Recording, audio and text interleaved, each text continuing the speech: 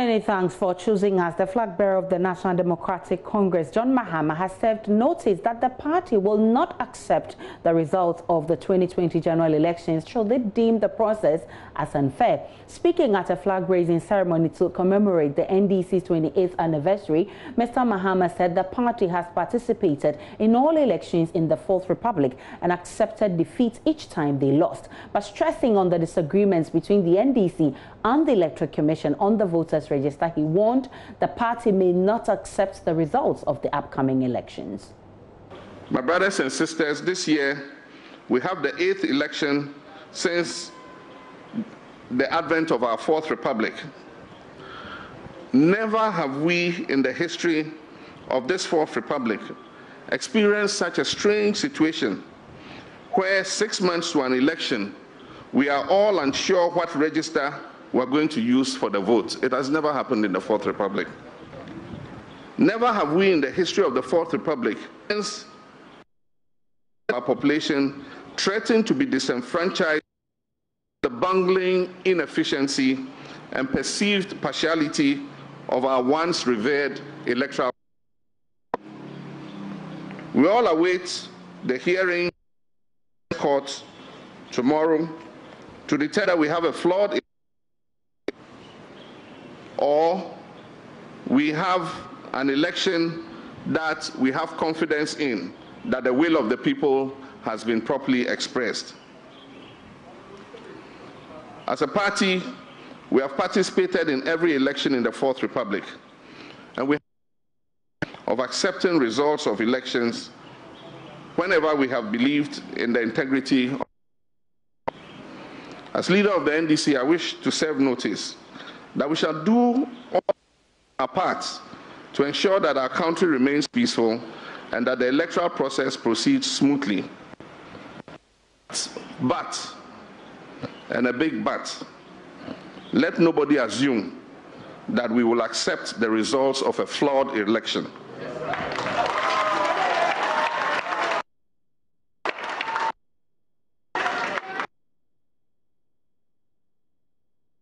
The NDC flag bearer has also thrown a challenge to anyone who doubts the NDC's achievements to confront the projects documented on the party's famous Green Book. Achievements are well documented in the Green Book, and I urge all doubters to get a copy and step into their communities and cross-check if the projects outlined there, the e-blocks, the interchanges, the hospitals, and other transformational projects exist only in that book. Now, joining me via Zoom is an associate professor of political science at the University of Ghana, Professor Ransford Jampo. Good evening to you. Many thanks for your time on Joynews Prime. Prof. Jampo, you're on Joynews Prime. Prof, if you can unmute your audio, then you can hear me. Hello, Professor Jampo. So we will not accept any flawed elections. These are the words of the former President John Mahama. Now, from a political communication perspective, what do you make of the former president's comment? Please, I'm not a political communicationist. I teach political science. If you want to have my take on that, I think what I want to say is that being peace-loving and being democratic, in my view, is not licentious for the acceptance of results of elections that can reasonably be described as flawed. Indeed, flawed elections in every democracy all over the world are not acceptable. And so what John Mahama has said, in my view, is nothing that must warrant protracted debate or comment or discussion. You would agree with me, you recall that in 2013, the election petition at the Supreme Court, Ghana's apex court of the land, exposed monumental flaws in our electoral processes that could not be glossed over by any well-meaning or discerning person. And that was the reason why the 2012 election, the results was not accepted.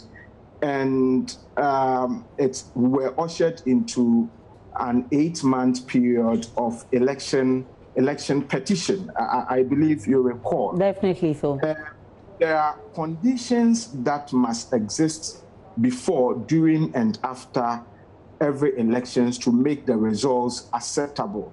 And generally, these conditions requires that the processes must be reasonably flawless. Of course, we are developing democracy, we are transitional democracy, and so there may be hitches with the processes here and there.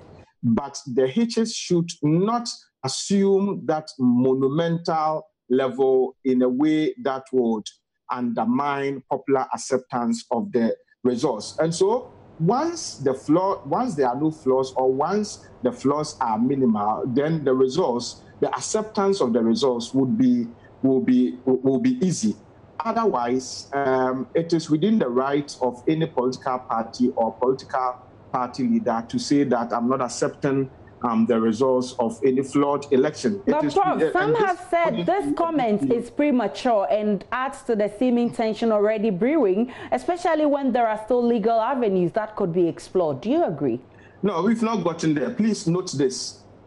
The man is saying that if the results are flawed, we will not accept it. And I'm saying that flawed electoral results are unacceptable all over the world.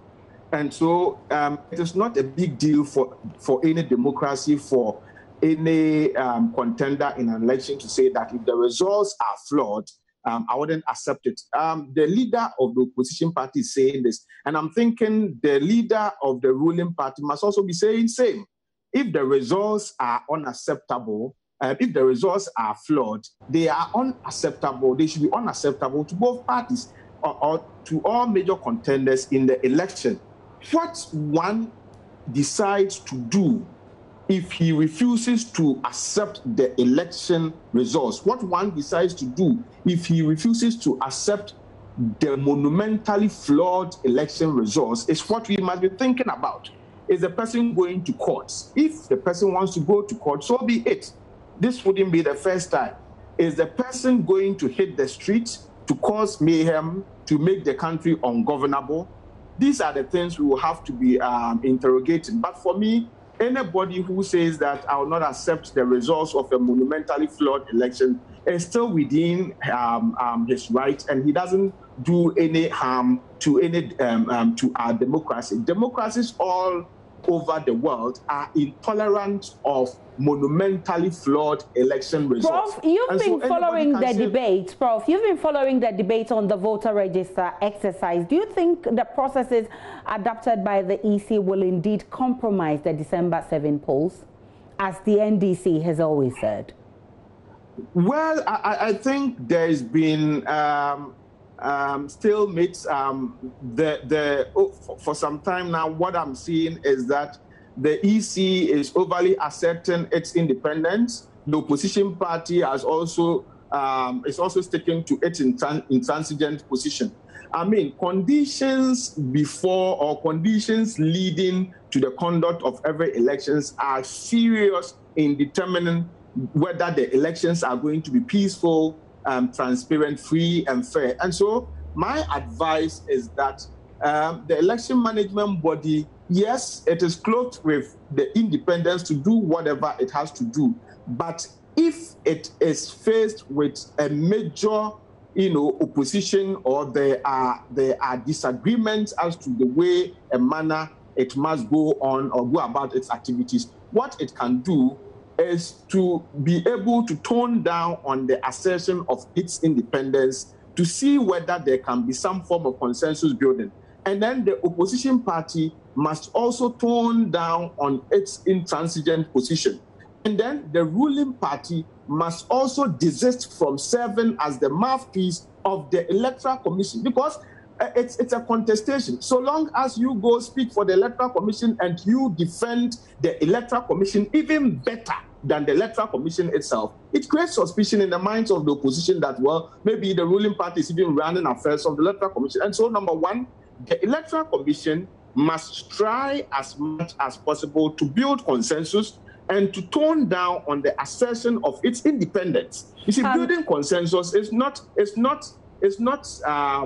an easy job. It requires somebody who understands the rudiments of the process. It's not just about calling meeting and then telling people what you want to do and what you don't want to do. I'm grateful for your time, Professor Ransford. Professor Ransford Jampo is an associate professor of political science at the University of Ghana. Now.